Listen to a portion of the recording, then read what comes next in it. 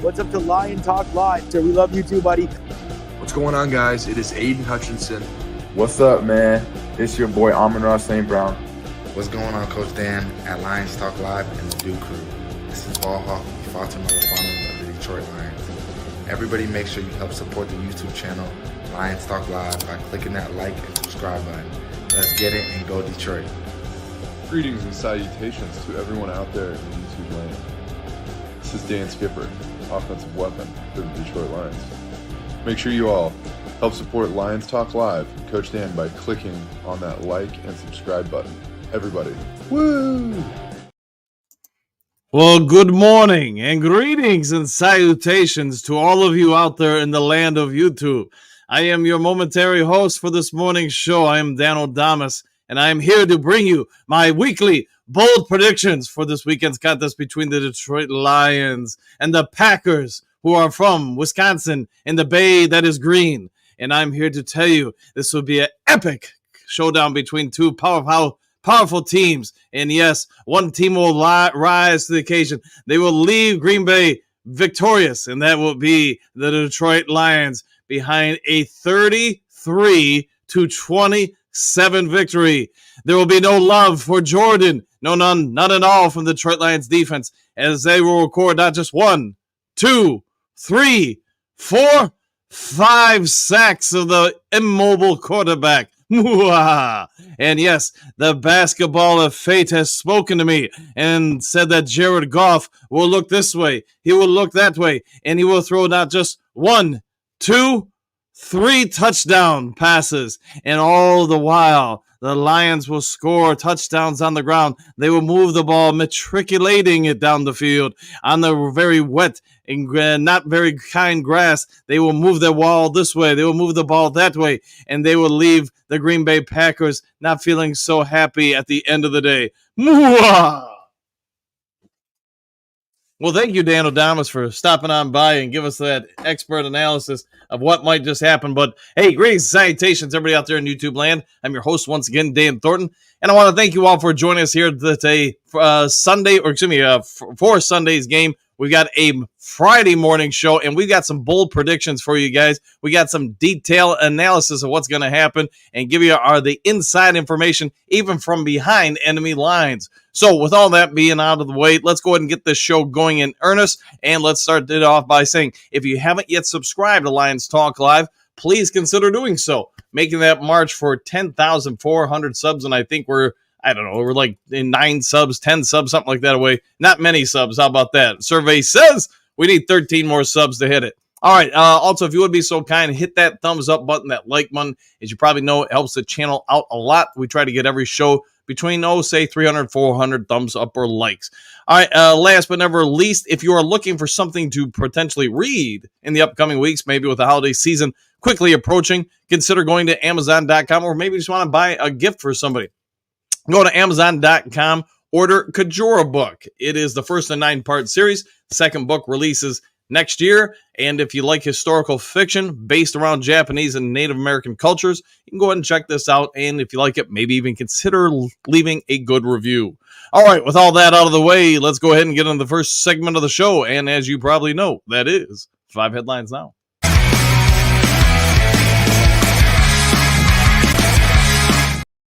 All right, we got some headlines, we got some injury updates, we got some predictions, we got a jam-packed show, and at the bottom of the hour, we've got a special guest of the day.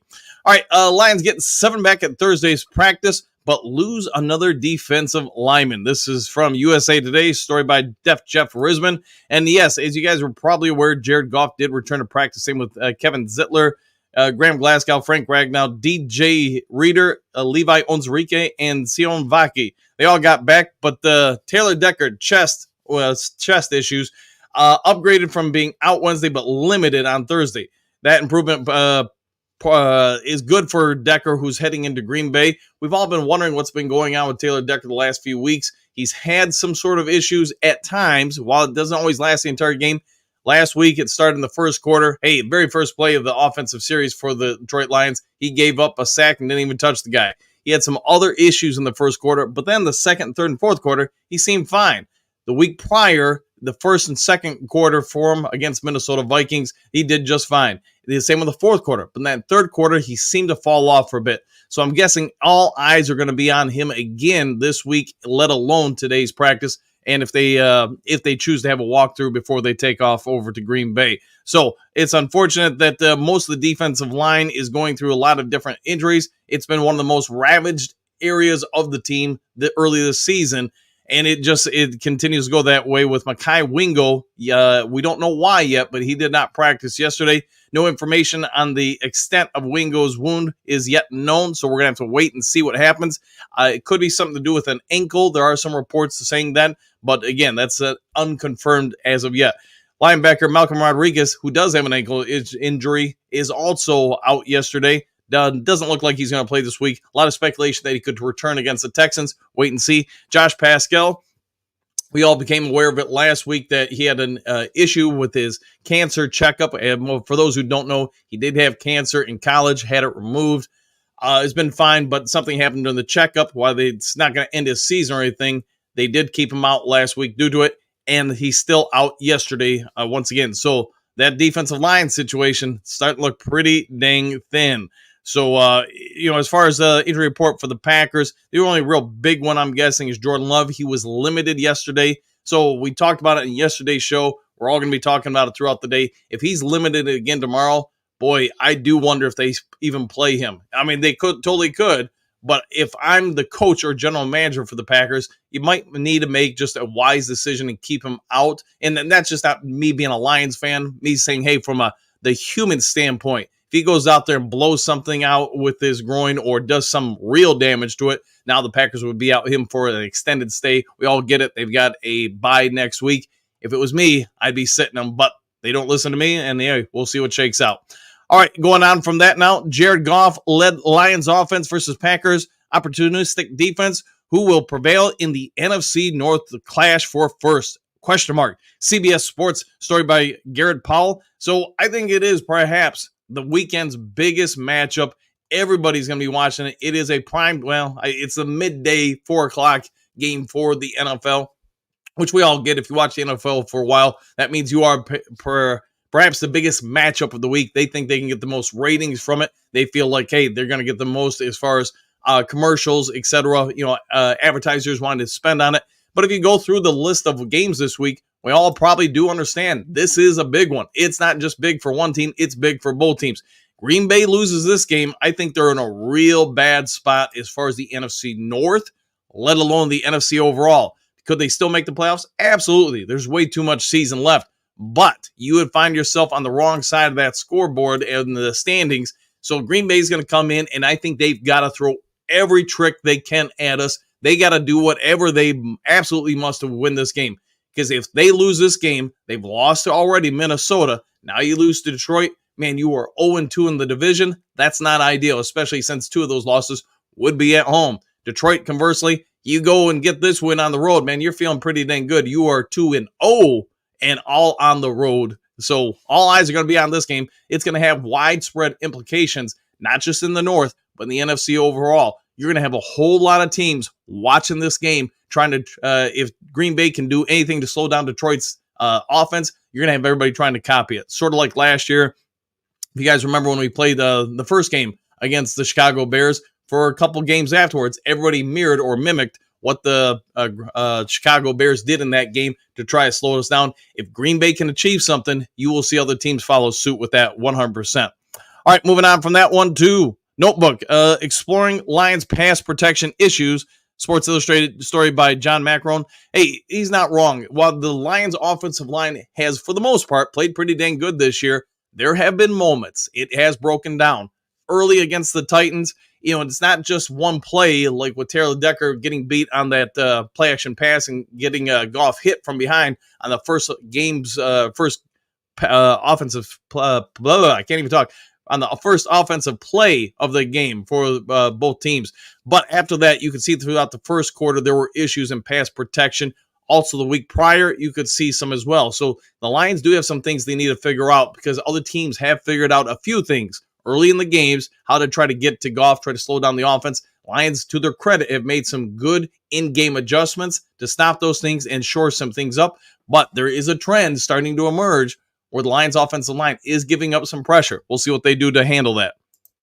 All right, here's why Detroit Lions Green Bay Packers is Week 9's game that matters the most. This is from the Arizona Republic, story by Bob McMahon. So I want to go ahead and throw this at you guys just because it's not somebody from Detroit. It's not somebody from anybody tied to this game, but he does a great job, in my opinion, of breaking this on down. He talks about all the ins and outs of both teams. So if you have free time, this is a free story from the Arizona Republic. Go and check it out. It came out about 14 hours ago. But hey, why it matters the most, in his opinion, you don't want to miss it because it is a battle between two primetime teams. Kind of already went through that, so I won't do a deep dive into that. But he goes through layer after layer after layer. Does an interview with Jared Goff. Some things he has to say, some things that Jordan Love, Matt LaFleur have to say about it. His prediction is still going to be the Lions 30, the Packers 24. But if you want some information from somebody who's obviously breaking down the game bit by bit and not have any ties to Detroit or Green Bay, I think it's a fairly good read. Go ahead and take a few minutes out of your day and go check that one out.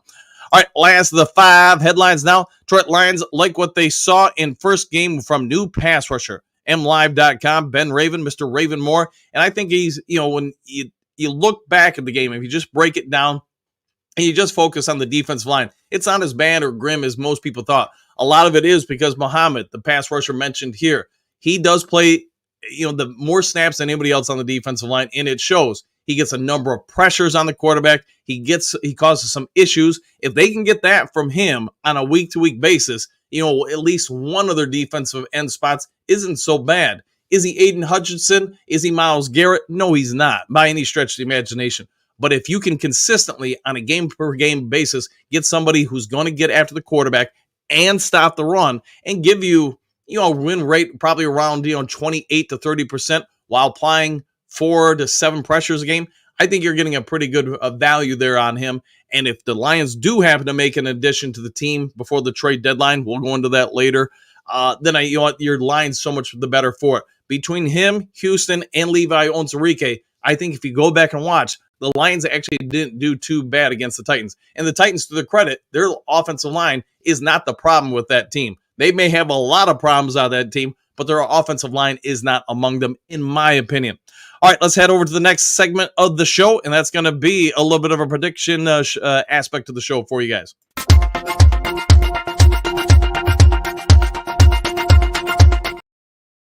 All right, we got some predictions for you guys. We all know people love it, so we're going to start on off by going over to the guys over at the Sports Illustrated and the Monday Morning Quarterback staff. So trying to just do some things to keep you guys entertained and throw some new stuff at you. So I'll go ahead and put this on the screen for you guys. I know it's going to be small, so I don't know how well you guys will be able to read it. And when I take predictions down, maybe you'll even be able to read the part with the Lions, right? All right, let me go ahead and read this off. So they go through a big, thing every week with the Monday Morning Quarterback, talk about all the different games. You may be able to see it on your screen. You may not. I apologize if you can't. There's not much I can do about it. But the entire staff, other than one, are picking the Lions to win. And that does seem to be a lot of the consensus around the NFL. Most people just I believe in part because Jordan Love's injury, the Lions are going to find a way to win. So Breer's got the Lions winning. They don't give scores, by the way. Let's see. O'Connor's got the Lions winning. Manzono, I'm probably killing that name. He's got the Lions winning. Let's see. Orr, Lions winning. Plum, Lions winning. Verman does not. He's got the Green Bay Packers pulling off the victory, unfortunately. All right, let me get that off the screen for you guys, and then you can see me again, I guess. All right, so one other thing I want to throw at you guys real quick before I forget. Hey, Jared Goff was the NFC Offensive Player of the Month for last month, so kudos to him for October. Good for Jared Goff. Lions had a lot of people get awards last month, and you know what? I don't think that's going to slow down anytime soon. I think we're going to continue to put up some big numbers. All right, so we go from the Monday Morning Quarterback sections. We're going to go over now to Clutch Points, who have some bold predictions for the Week 9 contest between the Packers and the Lions. let's get this going. He does believe that the Packers defense is good enough to cool down Jared Goff for his first outdoor game of the season. Now, he also wants to put out there that he's anticipating cool down means he's not going to complete 84% of his passes. He thinks it's going to be closer to 72%. So, you know what? You might get one or two more incompletions out of Goff. He goes on from talking about Goff's performance, how strong it's been. Obviously, he was just, player of the month in the NFC. His prediction is Goff will have his lowest completion percentage of any quarterback rating for his last 5 games. Let's also say he has at least one turnover, most likely a lost fumble after getting sacked. He does think that Goff is going to get sacked a little bit because the Packers D, we get it. Against the pass, it's pretty dang good. Against the run this season, not the greatest, which is into his next point. David Montgomery and Jahmyr Gibbs combined for a season high in receiving yards. So part of it, we all get it. It's going to be somewhat inclement weather. It's not going to be a torrential downpour. It's not going to be the frozen tundra or anything like that. But the weather is going to perhaps affect the game somewhat, which means he does believe both backs are going to be vastly more involved in the passing game because they're going to throw more, dump off passes, let the backs run with it. So he does believe that these guys are going to rack up some yards against it. His prediction, Gibbs and Montgomery will combine for their best receiving performance of the season. The game so far was their 83 combined receiving yards against the Vikings a few weeks ago. Let's just say both that they combined for over 100 yards receiving and 1 touchdown.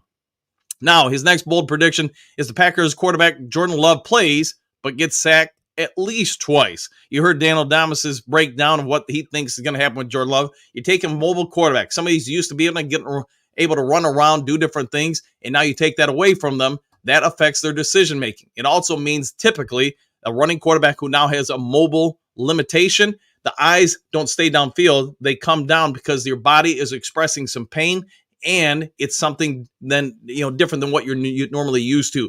So if you force people to do something they're normally not prepared for, it puts them in adverse situation and usually leads to adverse results. That's where I think I agree with him in his prediction quite a bit on this one. So going into his final clutch points, we're going Jordan Love getting sacked. Jordan Love does start for the Packers against the Lions on Sunday. His reduced mobility will result in at least 2 sacks from the Lions defense. If this happens, the Lions probably win this game with a little more ease. All right, so you guys let me know your thoughts on that one if you have any. And then the last is, let's see, this is going to be from Zach Cruz, Packers for Lions preview. Get to know Green Bay's Week 9 opponents. So I brought this one up to you guys' attention because it is somebody from Green Bay, a prominent writer talking about the Lions. Let's see what somebody who doesn't handle the Lions for a living thinks about this game when analyzing the Detroit Lions. He talks first off about last weekend's performance. Hey, monumental performance, one for the record books. Gives thoughts and praise, kudos, I guess you could say, for Dan Campbell for pulling off the Lions in the fourth quarter and not putting up 80 or 90 points. Talks about the improvement in the Lions coaching staff as far as how they handle situation. Does go on to talk about that he does believe both of our coordinators will be, once again, hot topics in the offseason for people to try to acquire to be their new head coaches. Quarterback play, he starts off talking about Jared Goff as one of the NFL's best quarterbacks this season. Talks about his quarterback percentage, talks about the maturity. Goff has been sacked 17 times, and he'll occasionally put the ball in danger under pressure. The Packers, he believes, are going to have to put pressure on Goff all day long in order to have a chance to win. So you've heard lots of different people talk about this game and say that basically the game comes down to, can the Packers put enough pressure on Jared Goff to where he isn't as red hot as he has been the last 5 weeks? If you cannot do that, then this Packers D is probably going to get shredded. Line of scrimmage. Injuries have drastically affected the Lions' talent level up on the defensive front. We all get that. He starts off by talking about that, talks about, Aiden Hutchinson and everything else. But he also basically, paraphrasing here, says not so fast if you think it's all doom and gloom for the Detroit Lions. He points out that, once again, Levi Onwuzurike has produced 5 pressures last week, including 2 hits. He also does talk about, Lee McNeil's emergence, DJ Reader, Muhammad's performance last week. The Lions are starting to look a little bit better on the defensive pressure. They may not be getting sacks, but let's also be fair that Minnesota Vikings at that time had 2 of the league's top tier tackles that slowed us down in the post Aiden Hutchinson era. Last week, first time at home against Minnesota Vikings, you saw the not the Vikings, Titans come out. The Titans caught us off guard with some things, but you also saw as the game emerged more and more, that Lions defensive line did get more pressure on their quarterback. Yes, the Titans did some things to help alleviate some of that pressure. We saw a number of good throws, quick throws early in the game and throughout the game. That's why, especially in the first quarter, they had so many yards to Calvin Ridley. I want to say it was like 120 in just the first quarter, but a lot of that was because quick throws, quick passes. If you've been a Lions fan for a while, you probably remember when we had the dominating, probably one of the best defensive lines we've had in the franchise history, when Sue and everybody else was on that defensive line in 2015. How did every team try to stop Sue and the boys? They said, we're getting rid of it in 2 to 3 step drops. We're not going to let that defensive line have enough time to really get after us. So he does think that especially with Jordan Love's potential injury and being slowed down or limited, that the Green Bay Packers are going to have to go to more of a 2 to 3 step drop and release on all passes just to try to get the ball out of Love's hands, keep him from his limited mobility from being really a huge factor. But also, he shows some respect by saying you don't want to mess around with this Detroit defensive front. Turnovers. The Lions are one of the elite teams in the turnover category this season. Detroit has turned the ball over only 5 times, 4th fewest, while taking away the ball 15 times, 2nd most, creating a plus 10 turnover margin, 2nd best. Jared Goff has thrown 4 interceptions in 7 games, and the Lions have just 1 lost fumble. Definitely defensive back Kirby Joseph and Brian Branch have combined for 9 interceptions. The Lions have have lost the turnover battle just once this season, and that, of course, as we probably all know, is the Tampa Bay game. So, again, we're kind of beating the nail over the head here. If you want to beat the Lions, as he's pointing out, you're going to have to get turnovers. You're going to have to take points off the board or away from the Detroit Lions, which means you're going to have to put a premium on getting pressure on Goff. Injury situation, won't go through this one, but too much. He's just going to simply say, finally, somebody in the national media or whatever you want to say that gives the Lions credit for overcoming the injury bug. Lions have 14 players already on injured reserve. He starts this segment with noting that, and he thinks it's phenomenal that the Lions have still held up this strongly into the season. So give him some credit. We all get it. A lot of people in the media just don't even acknowledge the injury situation going on in Detroit, let alone the fact that we're overcoming it. All right, last bit, and then we'll get on to the comment sections before we get ready for our guest for the day. But he does point out players to know. Gibbs, he wants you to everybody to know about that because, hey, if you're a Packers fan, you understand you're going to have to limit Gibbs. You're going to have to limit David Montgomery. Tight end Sam Laporta does point out he's not having the same season he does a year ago, but he also points out just how big of a threat this guy is in the passing game. Brian Branch, hey, I'm going to just summarize here for him and Kirby Joseph. Don't throw near them. They're both playmakers. You don't want to mess around with them making a play that destroys the game for the Packers, is basically what he says. And then I thought this was a cool one. Jack Campbell. He does talk about Jack Campbell, and the second-year linebacker leads the Lions with stops with 17. Campbell is so good against the run and in coverage. So let that sink in. Finally somebody's talking about Jack Campbell's emergence, and he gets forgotten about with a lot of the great draft picks we had a year ago. But you know what? I think he's right. If you look at especially the last 3 weeks out there, Captain Jack, he is playing at a pretty good level. I'm not going to say it's elite or anything like that, but I do think he's playing as perhaps one of the best linebackers in the NFC North. Cleve Freeman, make this quick one. Hey, you let this guy get going on special teams, he will destroy your game plan on defense. So, obviously, everybody's going to pay attention to him for the next few weeks because of what he did last week. And then the last thing he points out is Jake Bates, the rookie kicker's got one heck of a leg. Everybody in the UFL knows about it. Teams in the NFL are now starting to recognize it. And he is 11 out of 11 on field goals and 27 out of 28 on extra points in his career. The Packers had interest in this offseason, but Bates picked the Lions. So maybe, hey, a little boo bird there because you didn't get him. All right, we got about 6 minutes until our special guest of the day, so let's get over to the Duke Crew and try to get through a few of you guys. All right, let me scroll up to the top of the screen and scroll a little bit more. All right, Michael D, greetings, salutations, Coach and Duke Crew, exclamation points, Super Bowl, Superdome, Super Bowl, one pride, woo, woo, and good morning to you too. JDC, morning all, back at you. Michigan Man, greetings, salutations, Duke Crew. If it's a bidding war, I'd be happy sending a 3rd round pick and James Houston for Zadarius Smith. Let's see what happens. I was talking to my brother Tim this morning, and he's been following this situation a lot. Here's what I real quickly say, and I think he's pretty spot on with it. I do think a lot of teams that are still trying to make the playoffs are really going to have to wait until after this weekend's games to see if they're going to part ways with the guys. Because after this weekend, I mean, you're past the halfway point in the NFL season. Do you really feel like you're going to make it or not? If you haven't done it by this point, are you going to all of a sudden magically wave the wand and turn your team around? So it could be that, hey, Sunday we have a rooting guide, and we'll do it at the end of the show, this week's rooting guide, where, hey, we're saying, hey, we want this guy to lose, that team to lose, whatever. Maybe Monday or Tuesday at the trade deadline, you see some stuff happen. All right, Bo, good morning, Duke Crew. My viewpoint, question mark, burnt cheese. All right, I'm down with that. And woo, Johnny L., good morning to all the amazing Duke Crew people in here. Same to you, my friend.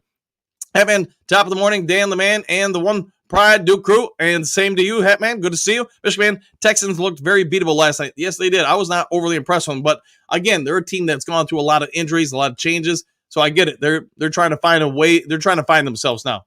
Bo, Jets won, question mark, on any given Thursday. Maybe, but I don't think the Jets are that bad. They just keep beating themselves, including last night. Was it the first touchdown of the game wasn't a touchdown because the running back went in the end zone, but right before he crossed the end line or the goal line, he drops the football in celebration, and the ball rolls out of the back of the end zone, so it gives it back over to the Texans. All right, Jess, great salutations. After watching last night's game, I feel once we win Sunday, we can win versus the Texans. I would say the Lions would probably be heavily favored in the Texans game, assuming we win this weekend and nothing, unforeseen happens.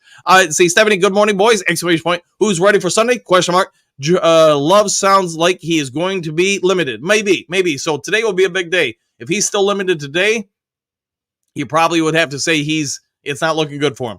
Let's see, Clark, what's going on, you crazy peep? Woo! Give me one, Coach Dan. You want one? I'll give you one. So let me just scroll around and find one.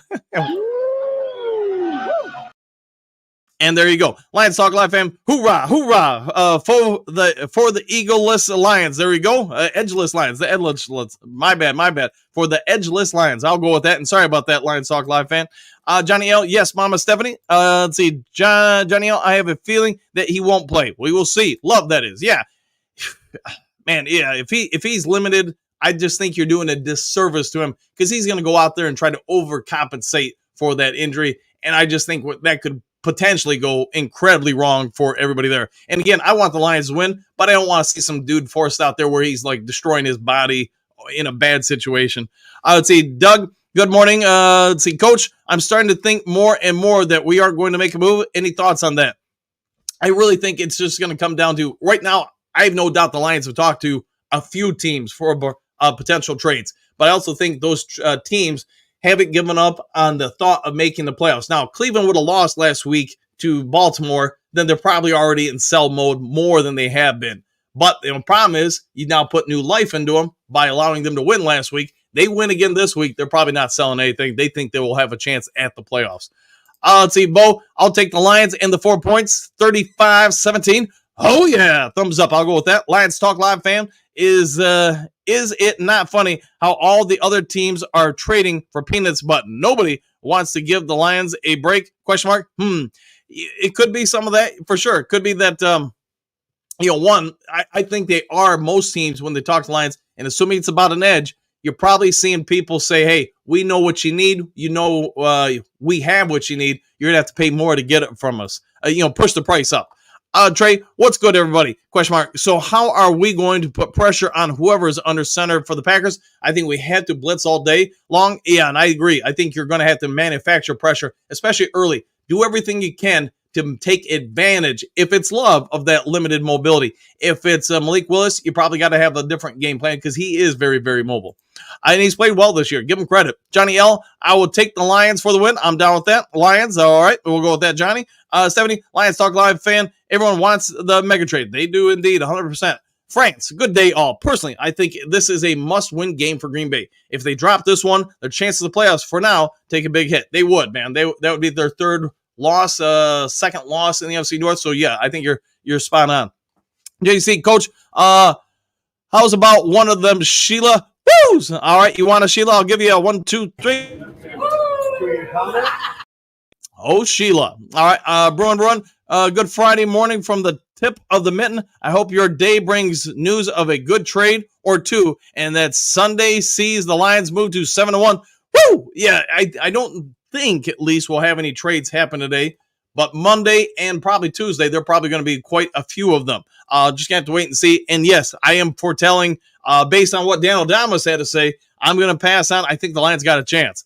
Darcy, good morning, Duke Crew, exclamation point. So my question is, how do we protect Goff? Question mark. He's been taking hits these last few weeks. I think they just have to clean up some communication on the offensive line. And, they've got to pick up other slides better. So when people are blitzing, you can't have two people going to one. When you do, typically it's not good for the quarterback. Don, I agree with Karsh and Anderson. I think if a trade is made, it's after Sunday, exclamation point. I agree with you at this point. Brad has deals lined up, but teams all want to wait to the last minute before throwing in the towel in their season. Yeah, and let's keep in mind, the NFL did address this a little bit by moving this year and now every other year the trade deadline back a week. So it will help out with that. The teams still have a little bit more time to make that determination.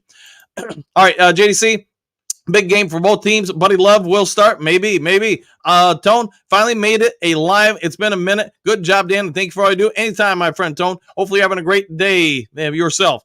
All right, guys, let's go ahead and bring over our special guest of the day. You all know, love him. You've seen him. He is the host of the Boss Up, Ball Out podcast, Kurt the Hitman Steele.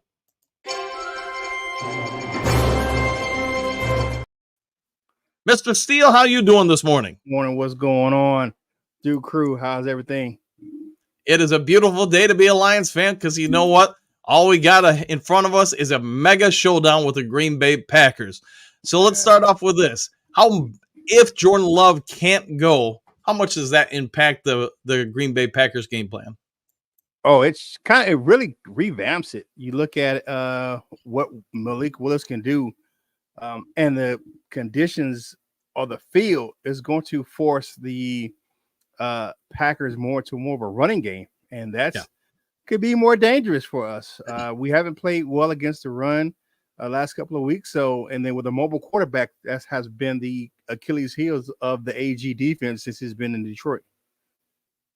So if you're the Packers, head coach, front office, whatever you want to say, if Jordan Love's limited again today, would you risk putting him out there? Because, I don't know if you caught it when I was speaking earlier, but to me, just trying to be a coach or GM, there's no way I put him out there because he's going to try to force things. He understands it's a big game, and now he's going to try to force his body to do things it just can't do.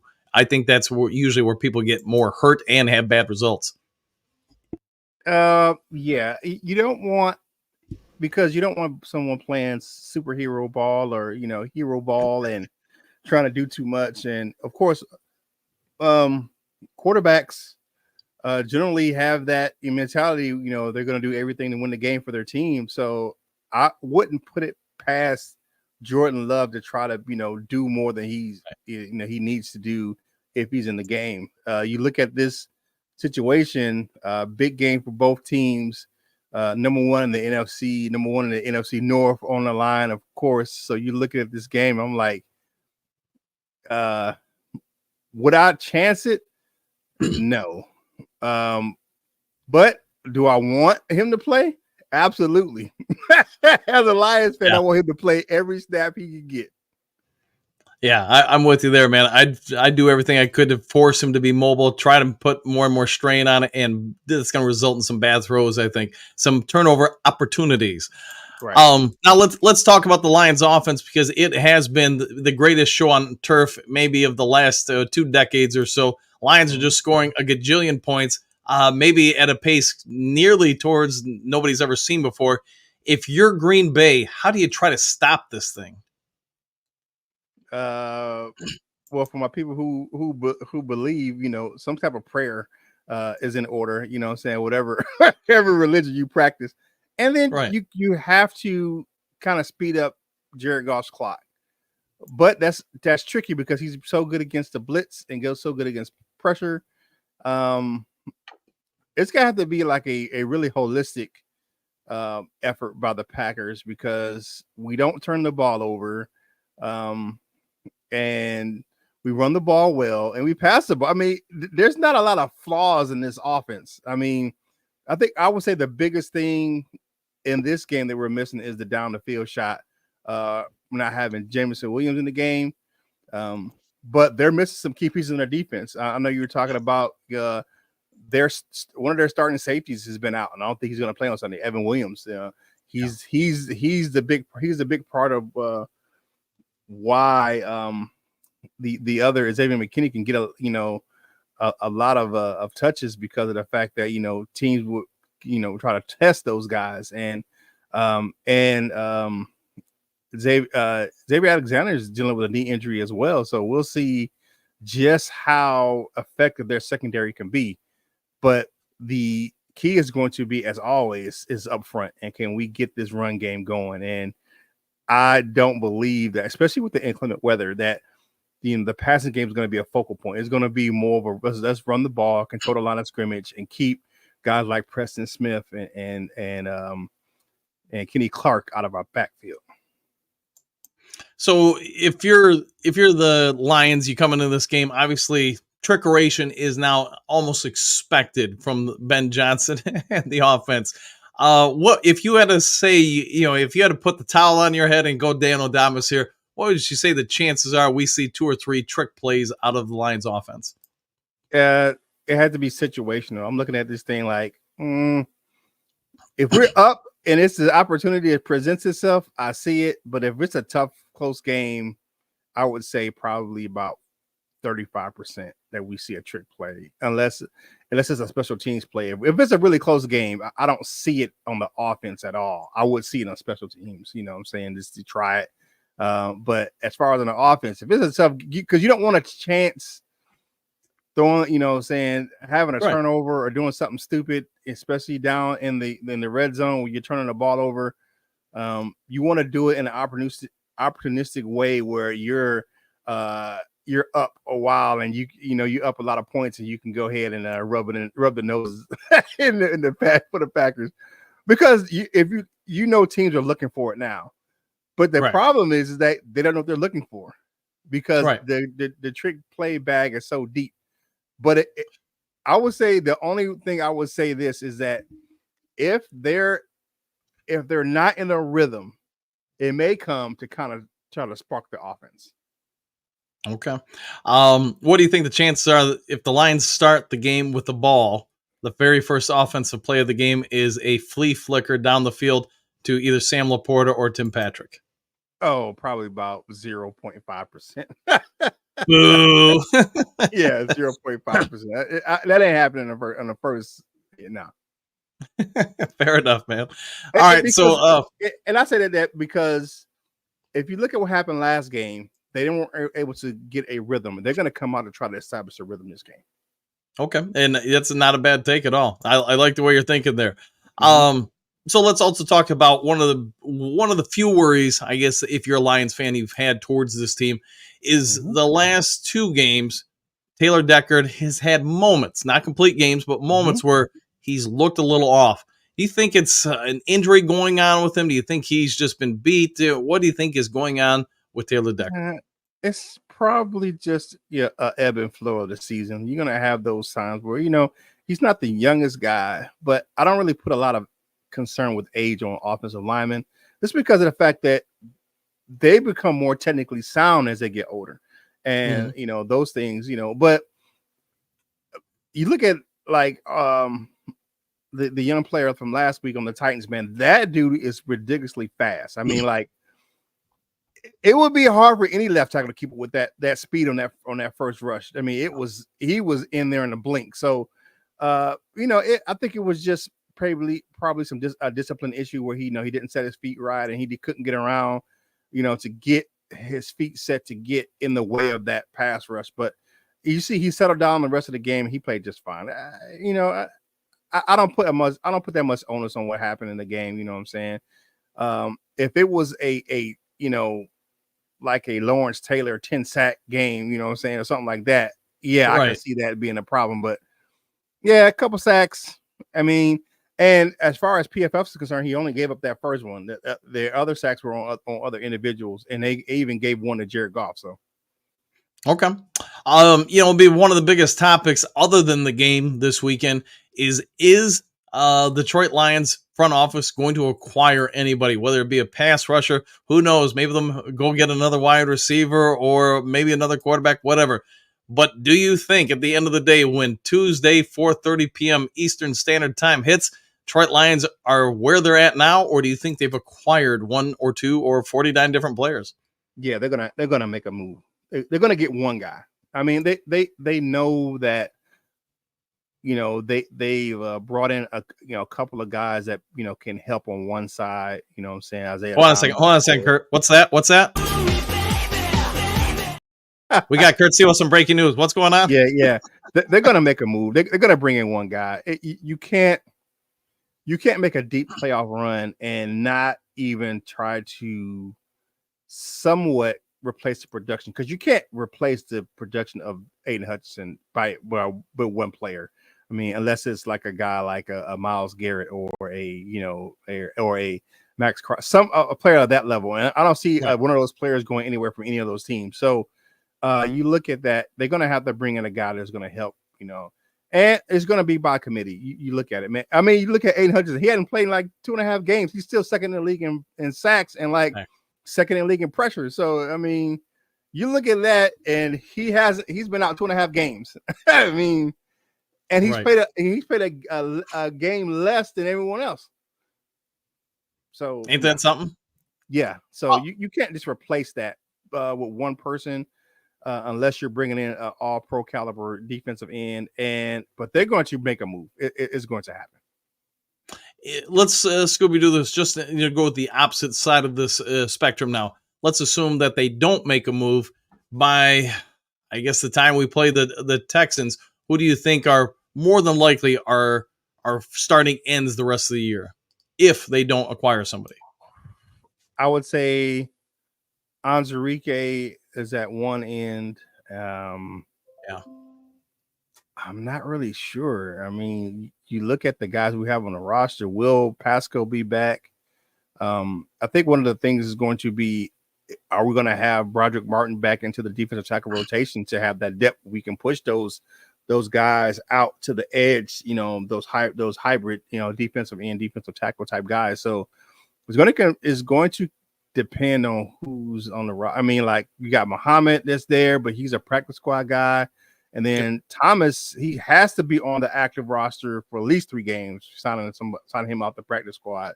So before we can put him on waivers or something like that. So he's going to be the guy for at least what is this? This is third game coming up. Second game coming up. So third game coming up. Muhammad? Yeah. No. Thomas. This is Thomas's second game, Thomas' third game. Is it? Thomas' third game. Yeah, Thomas' third game, and Muhammad's second game coming up. Because even if Thomas didn't play, he was still on the active roster for that game, for the first game. So he has to be on the active 53-man roster for at least 3 games before we can waive him, signing him up for practice squad. So yeah, right. I'm just not sure. I don't think Thomas is a starting caliber defensive end. He's a rotational guy. Correct. But he's a guy that we needed for the time being. So. To be honest, I liked Muhammad we saw him. I get it's 1 game, so it's a limited sample, but he looked not bad. He didn't look like he was hurting us by any stretch. Mm-hmm. And I'm with you that I think long term, if they don't do something, Levi, I've been a fan of all season. I think most people have, but I also think there's some potential. You know, I think most of us they want to stop the run first. They want to force you to throw.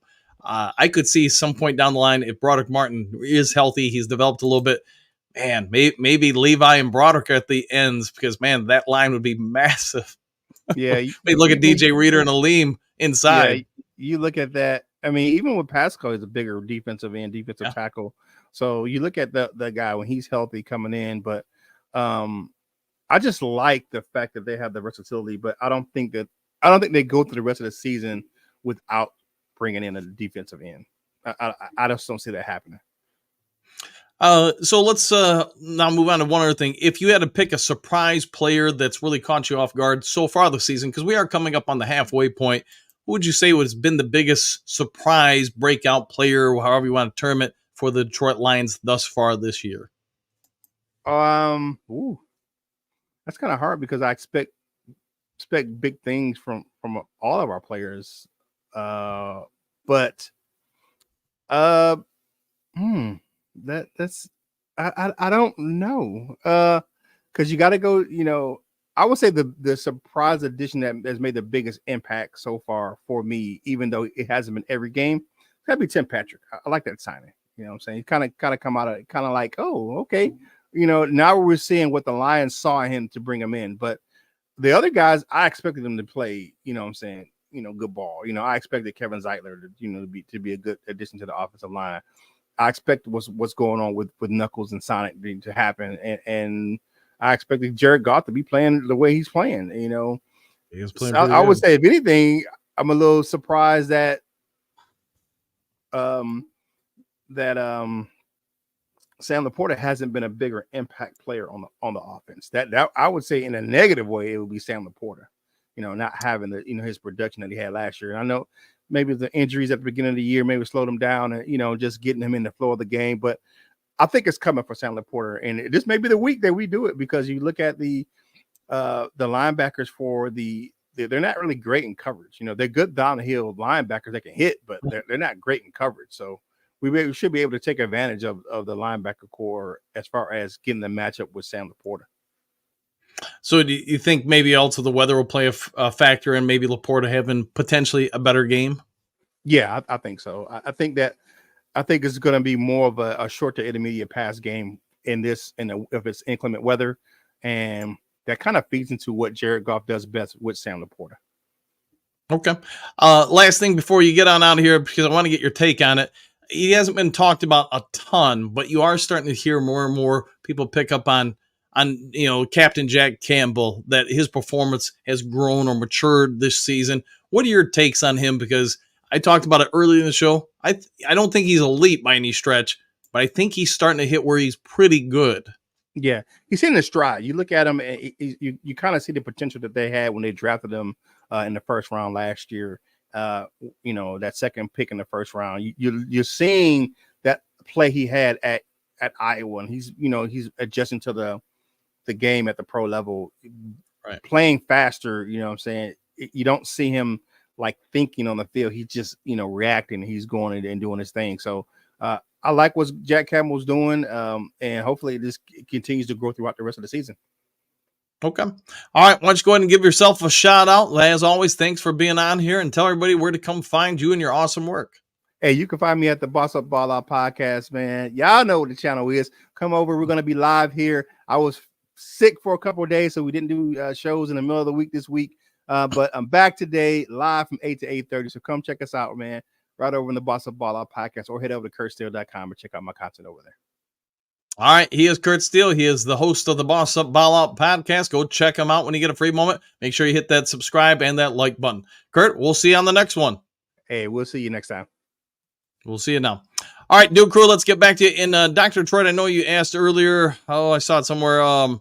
Any word on Iffy? So as of right now, there's no change in status that I'm aware of, at least for Iffy Melifonwu. It sounds like it's still that Achilles injury. They're still trying to aggressively rehab it. The fact that they haven't done any surgery as of yet, I think is a good sign that they're probably at this point not going to, nearly 2 months later.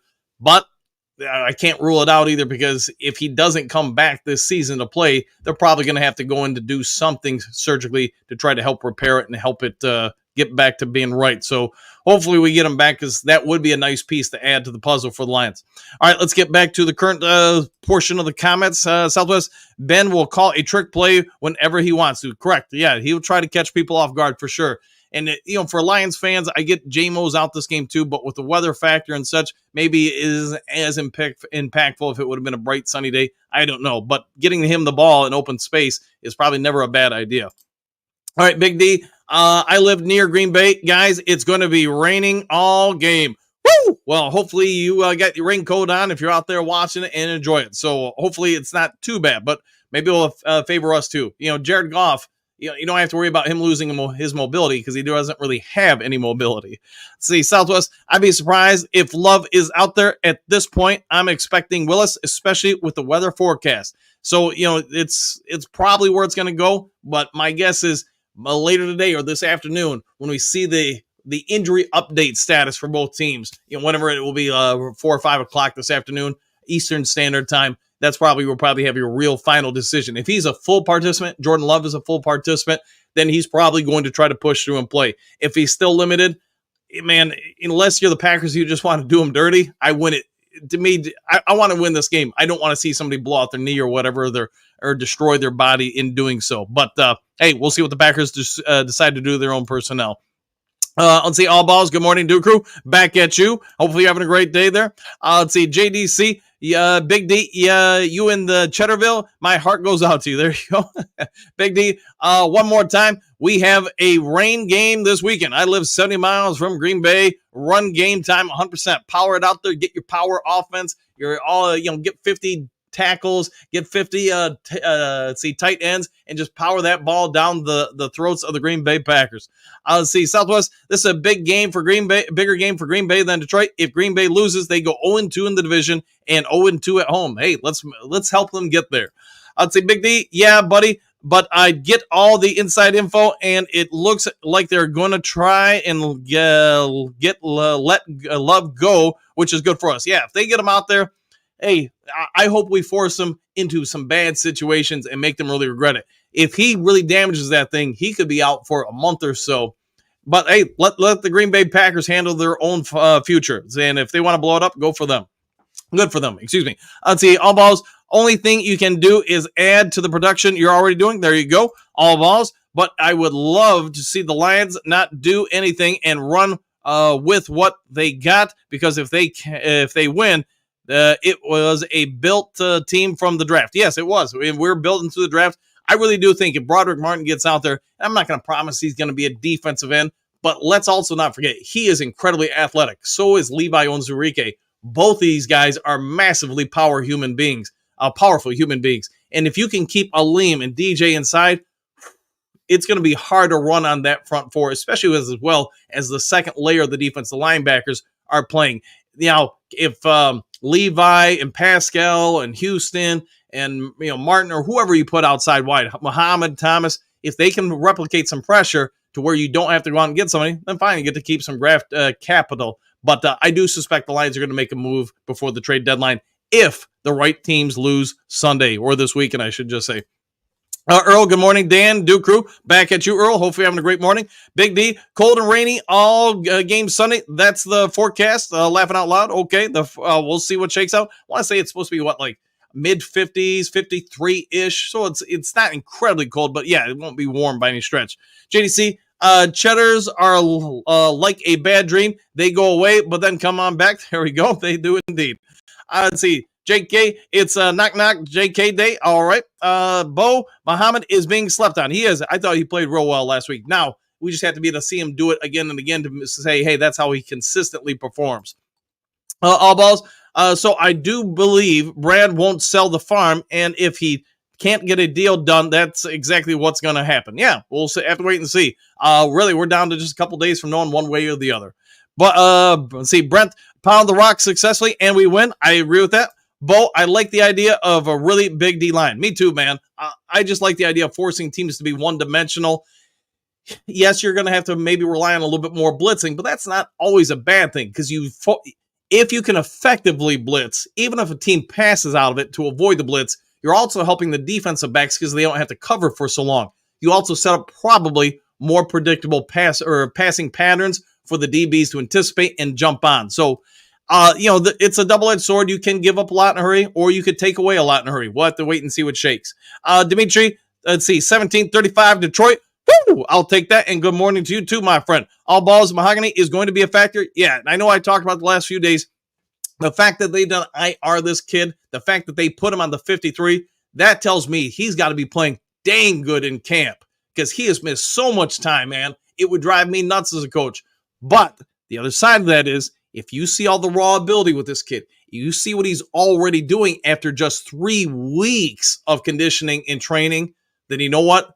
Brad Holmes, the scouting department, the front office, the coaching staff, whoever you want to give credit to, you probably need to step on up and get ready to give them that credit, because it means they probably have hit a home run on that draft pick, because he's on the 53-man roster despite missing 2 months. Yeah, good move for us. Big D, I don't think the sky is falling if we don't make a move. Just my opinion. No, I agree with you. It means they just have more confidence in the guys they have already in house. All balls agreed. Big D, there you go. Big D, Bo Booth, laughing out loud. Me too. Okay. Bo, the sky is not falling. Yeah, exclamation point. Get that right, Big D. All right. The sky is not falling. All right. All the above. Scouts, what do you got? Place kicker. Okay. Place kicker it is. Let's see. Big D, Agony, and that big old Manu is our future at offensive line. No, I would agree. Manu, it does sound like he is really improving vastly and quickly. And Mahogany, the fact that he's on the 53-man roster, you're probably going to see one of them starting next year is my anticipation. Could it be both? Maybe, but I don't know. We'll worry about that in the offseason. JDC, same here. JDC, Chicken Little. All balls. It's a Laporta week. I'll be a Laporta supporter all week, I'm sure. Him, St. Brown, this should fit up a lot of what they'd like to do. Tim Patrick might be used a little bit more. I mean, we'll have to wait and see. I trust him, Brad Holmes and Dan Campbell to come up with something here.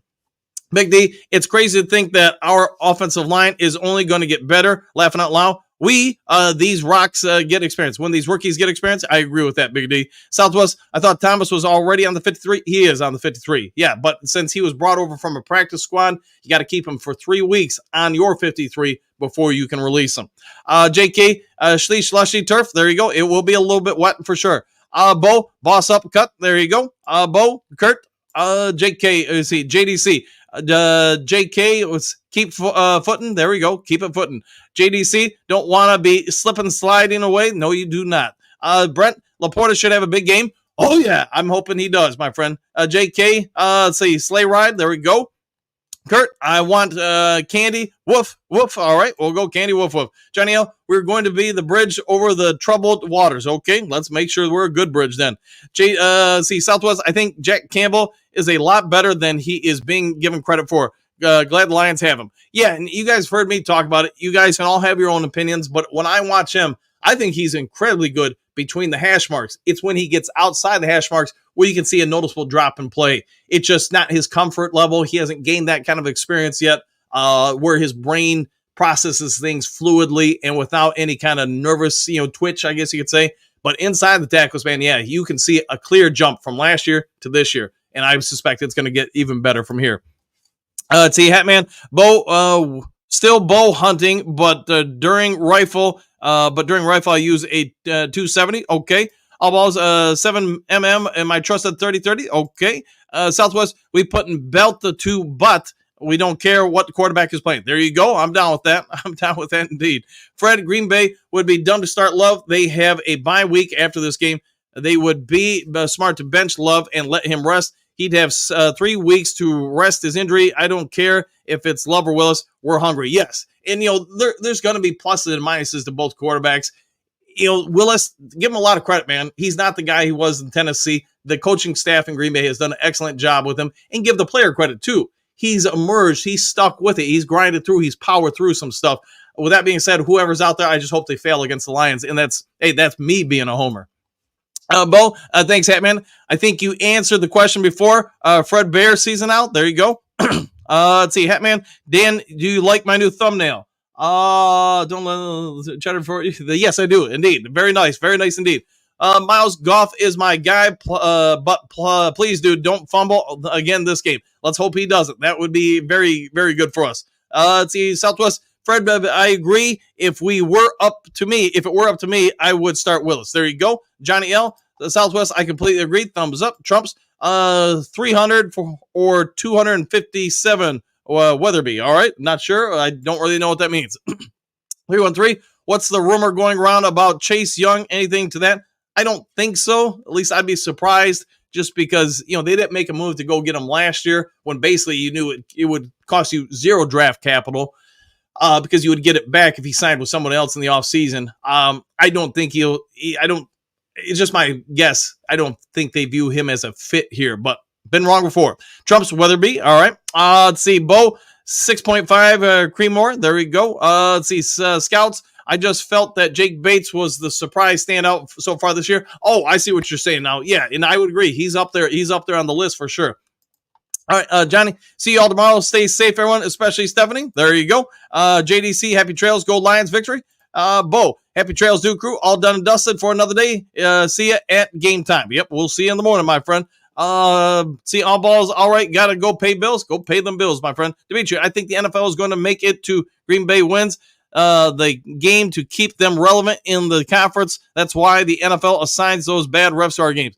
You know, I hate saying this, Jazz, because I do, but if you guys remember the season opener against the Rams, this is just my take, my experience. You can have your own, but I do think the NFL, they're not going to directly affect the outcome of the game, but could they make some things happen where, hey, maybe it's a closer game, like with the Rams. If you remember the Rams, the offensive line was completely beat up.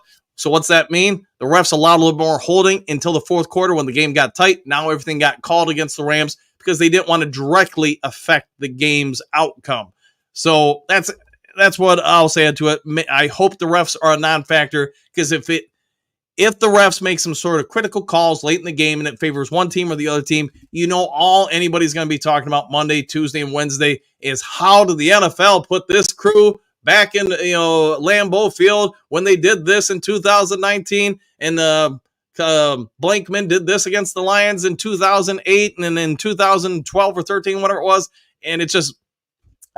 It's great click stuff, or whatever I guess you could say. It's great stuff to sell newspapers, to get people to tune in, but it's also stuff I'd rather just talk about the game than that stuff. But that being said, we'll see what shakes out. I think the Lions are just going to be good enough to win. See, Trump Campbell is a tackling machine. He has played very well. Southwest Dimitri could be. James, love this podcast. We love you too, man. Thank you for being here as always, James. See, JDC, hash marks, gotta love them, 100%. Randy, the only thing I'm worried about with this game are the officials, one in particular. Yeah, and if you're a Lions fan, you're totally justified, Randy, for having that kind of take and thought on it.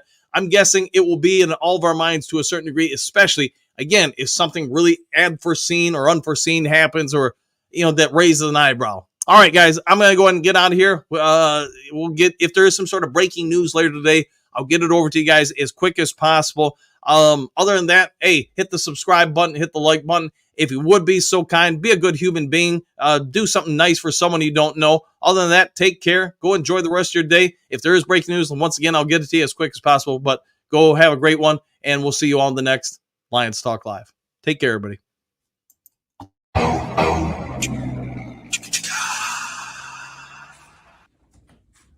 You're still here?